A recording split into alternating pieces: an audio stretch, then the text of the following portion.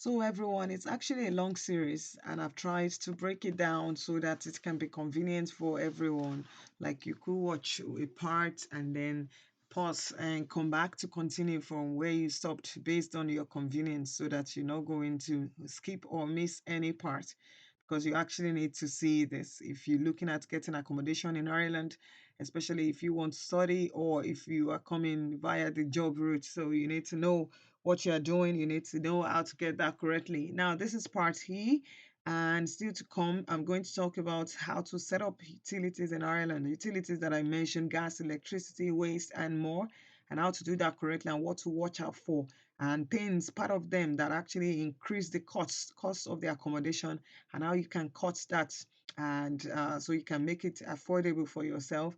And I'm going to talk about what to expect from Irish housing and when you get a house, what to expect from that or the facility, the amenities you want to see. Then I'll talk about tips to generally reduce the overall cost of living when you arrive in the country and things, tips that have worked for me personally anyway, and that have worked for my family as well. And I've worked for lots of people around and general tips to increase your chances of getting a house to rent or to share, general tips that you can watch out for, and then maybe a practical example of how to go on a website and search for accommodation. One of the website I've shared previously, maybe we might just go on one and then share that, and just a sample accommodation draft message that you might want to see and then adapt for your own personal use as well. So we're going to talk about that. Now, setting up utilities in Ireland. Once you've found a suitable place to live in, you need to consider utilities. You need to consider, like I mentioned, your rent. When you are renting the house, it might be stated on the advert that bills included or bills not included. That means if bills are not included, that means the utility bills are not included.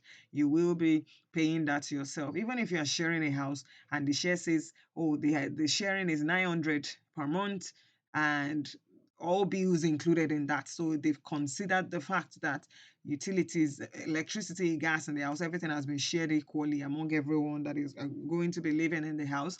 And depending on your capacity, if you are just renting a room, and then everything has been shared as well. Now, you need to set up your utilities. You need to set up your utilities. Either it's included in the bills or it's not even included. You need to have the account of that house for the utility connected in your name. That is why you need to set it up. And if it's sharing, it might already have been set up already. But definitely, you might find a way for you to be included in that because you might occasionally need a proof of address and your name needs to be included on that.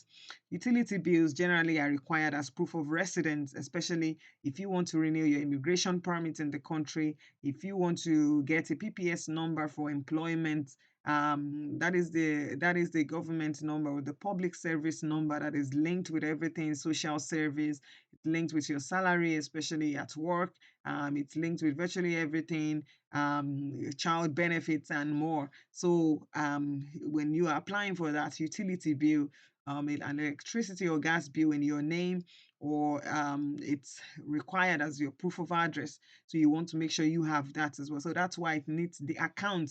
Probably the person in the house previously, they have it set up, but when they were leaving the house, sorry, excuse me, when they were leaving the house, they've already stopped the account, closed the account. So you don't necessarily need to continue with the utility company that the previous person was using. That is why you just have to contact the company, another company. It could be another one. You may not or know, you may not know the previous, and then have a new account opened in your name for that house.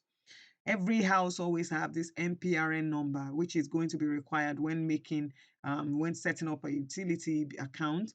NPRN number, the landlord might know that, or you might need to reach out to ESB network and provide the hair code of the house so that they can send you the NPRN number or call it out for you, and you can use it to set up your utility account.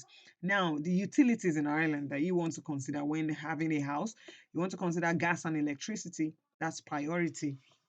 You want to consider water in Ireland. Well, water in Ireland currently is free, and I'm going to talk more in relation to that. Household waste removal, you want to consider that that is under your utility as well. Internet subscription, TV, phone services, and more, or even mobile phone services. The Irish TV license is another thing you want to consider. It's under utility and how to access. If you want, even if you have a TV in your house, you are paying the license, you want to avoid the subscriptions, how to access the free TV. Then I'm going to mention that as well. Now let's talk about the gas and electricity in Ireland. So some modern homes, well, not really very common anyway. They have solar panels installed. Some properties have access to gas, but most homes they use typically just electricity. So even the cooking is electric cookers, and everything is charged to electricity. Sometimes the cost is more when the house has just electricity alone and there's no gas. And if there is gas in combination with electricity, it could be more affordable. The gas is piped. You don't have a cylinder or anything. It's piped and run centrally by the government. So both are quite expensive. And some flats have prepay plans, and some have pay as you go electricity set up in each plan. The pay as you go means that you have to pay for electricity before you use it, or the prepay plan before you use it. That is, you could have the account topped up with 200 euros, for example, 200 euros. So if you have it topped up with 200 euros, so by the time that they have a way of sending you alerts or in the account, or to monitor that what's left so that you can quickly top it up before it ends. So you don't want your electricity to cut off while you're in the midst of work or anything. So prepay or pay as you go plan, you have to top it up the cards on the meter, or directly they will have designated center. You just top it up in your account with your payment card. The standard build method of paying for electricity is usually made by monthly or monthly. Um, that is also very expensive. Like if you have some have direct debit plans, home plans set up, and that is it's constant and it's usually it increases. So it's usually set up, and the direct debit is deducted from your account monthly. But I wouldn't recommend that. I would recommend you having the pay as you go plan, so that if you are not at home, you can turn off your electricity when you're going to work. I mean, you can turn off all the lights in your house, turn off the heating, turn off the boiler when you're not at home, and it's going to stop at that. Unless maybe the fridge is just running, which is okay, which is understandable. It's going to stop. And when you come back, you can continue from where you stopped. That is where the pay as you go actually pays. It pays more than any other thing. So then, but that pay as you go meter, you would, like I mentioned, you require that you top it up before you use the energy. And when your credit runs out, then your electricity runs out. To have your continuous supply, you need to keep topping it up. And you need to keep an eye on that if it's finishing or not. I've mentioned the price range of topping up electricity, and depends on the account as well. The heating, you need to be mindful of that. Most homes have radiators that are always turned off. Well, you can turn it on, you can turn it off, but if you are trying to save cost, you might need to keep it off. It gets very cold in the winter time, so make sure you actually look for a property that has good insulation, double glazing to keep you warm and cut down on heating bills. Because if you're in the house, you keep on turning on the radiator for every room, every time, it's costly. That is going to tell on your energy bill, your amount of energy consumption, because you're using radiators every time. It's going to affect that. So you might use other means to keep yourself warm. Like in my house, we use hot water bottles more than anything else. Insulated hot water bottle. I mean, it's wrapped up. It's not directly on bare skin.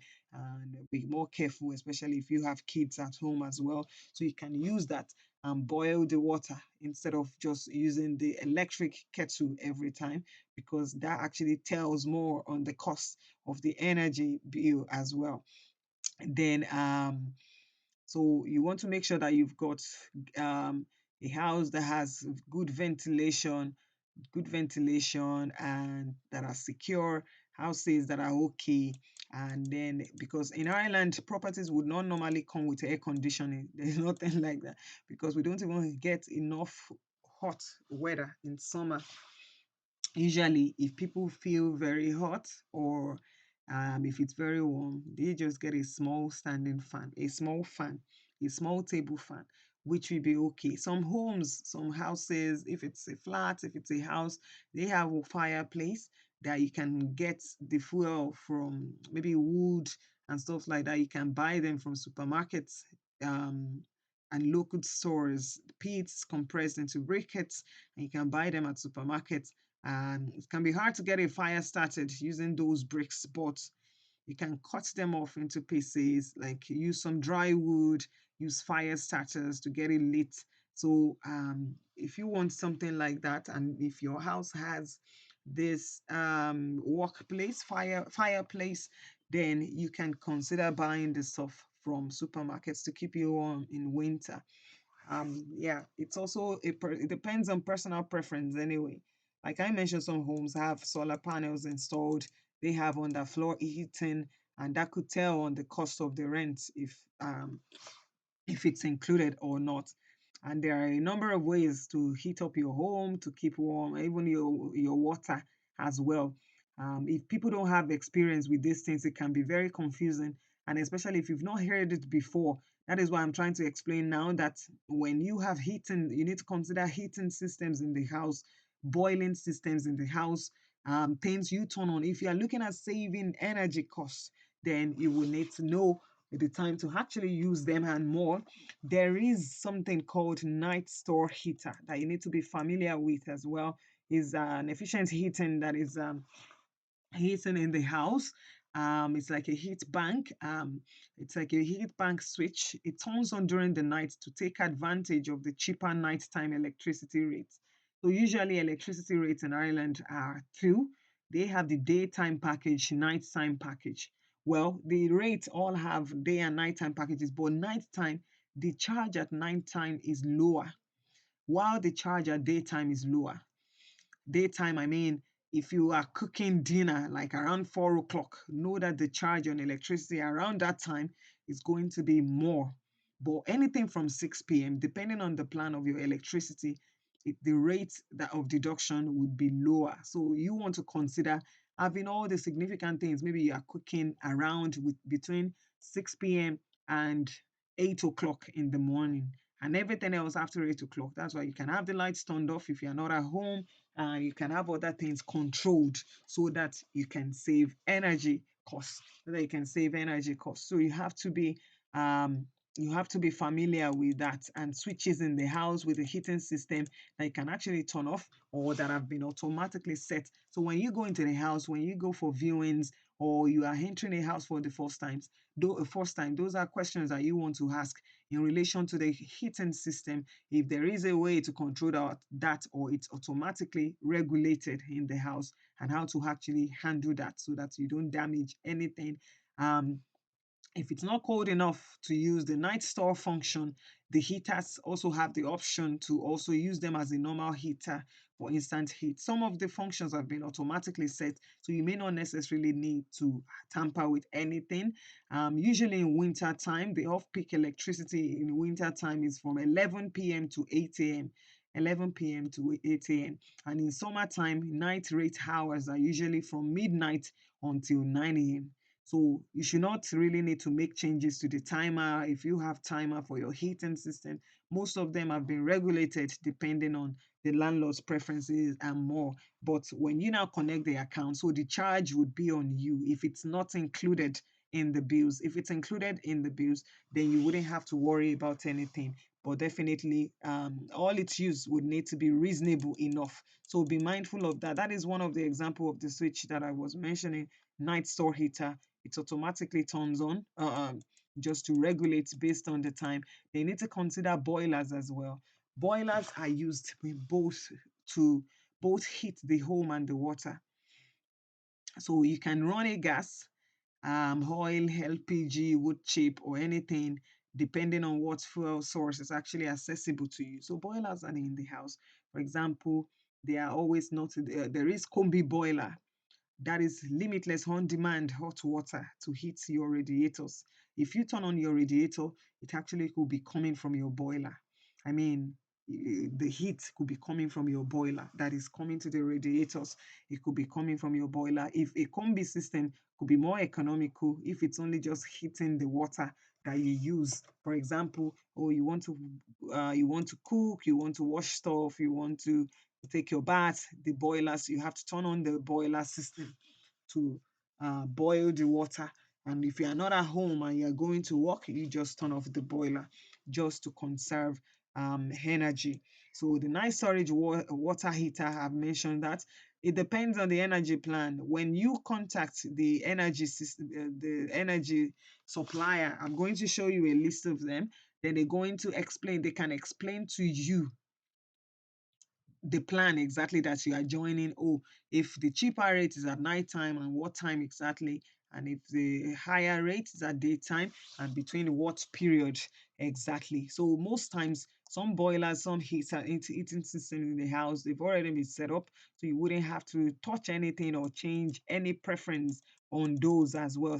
Just be mindful that there are heaters, there are boilers in the house, there are immersion systems in the house, there are off-peak periods, there are boost periods. You may not necessarily need to tamper with any of those things. Some night storage water heaters also have the immersion boost options, and landlord can explain more to you or the owner of the house or the letting agent when you rent the house. So those are the things you want to look out for. It could be stated or it could be included on the advert that boiling system included, this type of storage system included, electric showers in the house. Some houses, some homes may have electric shower installed. It's like a white box that is attached to the shower with dials, and they rely on immersion system because you don't have to worry about actually preheating the water in order to have a hot shower. Because if your shower is if your heating system is turned off and you forgot to turn it on, you want to take your bath in the morning, yeah, you are rushing to work, you will need to wait like 10 to 15 minutes for the heat for the water to actually boil, for your boiler to boil, so that you can have hot water to take a shower. But homes with electric showers installed, they have this on demand um heating system. You wouldn't need to preheat anything because it's already connected automatically. So inside the electric box is a small tank that has a powerful heating element like a kettle. It instantly heats up the water, so you wouldn't need to do that. So just know that some homes, it could be the reason why the rent is more expensive than, sorry, now let me just say that. Okay, i think i've I think I've yeah, so it could be the reason why the rent is more expensive than others. So they could mention as part of the amenities in the house that there's a night storage water heater, or usually, or maybe there's an electric shower included. So you want to be mindful. You want to be mindful of that as well when considering your choice of accommodation. And the standard voltage in Ireland is 230 volts. It's 230 volts, and the daytime rate is usually more expensive than the nighttime rate. So you might reduce the things you do at daytime. Well, daytime definitely you can charge, you can watch TV, you can do any other thing.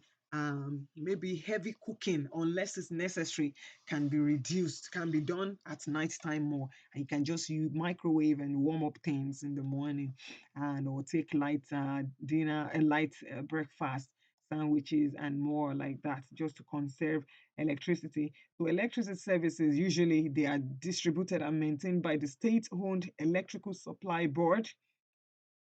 They are just distributed and maintained by them, ESB network, but they are not your electricity supplier. So to get the electricity supplied to the house, you need to contact the electricity supplier and open an account with them, open a new customer account. Some of them, they have bonuses for new customers, so you need to be mindful of that. So alongside your personal details, they're going to ask you your personal details and the reading of the meter when you got to the house, because when you are getting to a house, you need to read the meter and write it down so that they can start your bill from that reading.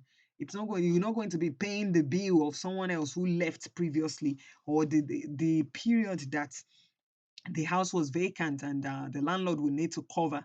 So you need to read the meter immediately, check for the meter, read it, and put it down. Then they're going to request for your bank details, just if you would be paying by direct debit. If no need, if you're going for pay as you go plan, then just your card would be okay. You'll be paying with your card, which is okay. Then you need to know the MPRN number of the house, that of the property. That is the 11-digit number. If you are sharing with someone, you can just ask the person that is in the house, so that they can tell you, if in case you ever need to know that. Anyway, it's an 11-digit number. Every home has it. So it's like the unique property connection for electricity or for gas. The landlord can also supply you with that number. Usually major suppliers are constant, but the smaller suppliers may come and go. So now let me just, this is just a list. This is just a list. So the common ones in Ireland that you can register with: flow gas, natural gas, that's just for gas. There's board gas energy. And board gas energy, they supply gas and electricity. Electric Ireland supply gas and electricity. Energia supplies gas and electricity. SSE electricity, they do that. Panda Power, all of them, they are gas and electricity suppliers. So that when you want to go online, search for each of the name, and then register a new account on whichever is your preference. Sometimes you need to compare cost and rates as well, because some are more affordable than others. Some have discounted rates, some have very massive joining bonus for new customers. So maybe your first month is cut off, or so you want to consider those things, as you want to consider that as well. Um, Initially, when we came into Ireland, first we were using Electric Ireland. We're using Electric Ireland. Then when we left the first house to another place, we joined another power supply, another supplier as well. I'm just trying to remember now, but definitely currently we use Pinergy, and I'm going to show you that as well. So Irish electricity only suppliers. There's Community Power, that's Ireland's first community home to renewable electricity. So that is, if your house has electricity alone, you can either use all the ones that I've mentioned previously, one of them anyway, or you can go to the ones that do the electricity only, or if you want pay as you go with meters installed in your house for pay as you go, so that you only pay for the electricity you've used. You prepay, you top up first, you use that. When it's getting low, you top up again. Currently, my family is on P&G. We use the pay as you go plan, which is really okay. So we top up, and we're not on direct debit, because direct debit is very, very expensive. Instead of having this home plan that is direct debit, so because the rates keep increasing, it keeps increasing. But with pay as you go plan, what you use is constant, and you can try and look at your subscription for plans and reduce the cost as much as you can. Then another thing that I would recommend is you can first go on Bunker's website, which I'm listing. Use price comparison website like Bunkers. That's www.bunkers.ie. You want to look for a section that says compare prices. Look for the menu that says compare, or switcher, to help you find the cheapest supplier to meet your need at that point in time. So they're going to bring up all the suppliers, their current rates, and then you can choose from what you want. So you need to compare, because the rates constantly keep changing. So what it is this year might not be what it is next month. So it might not be what it is next year. But you want to make sure that you first do the comparison. So you can go on bunkers.ie, you can go on switcher.ie, just to consider that as well. Just to consider that as well. So just be mindful of that.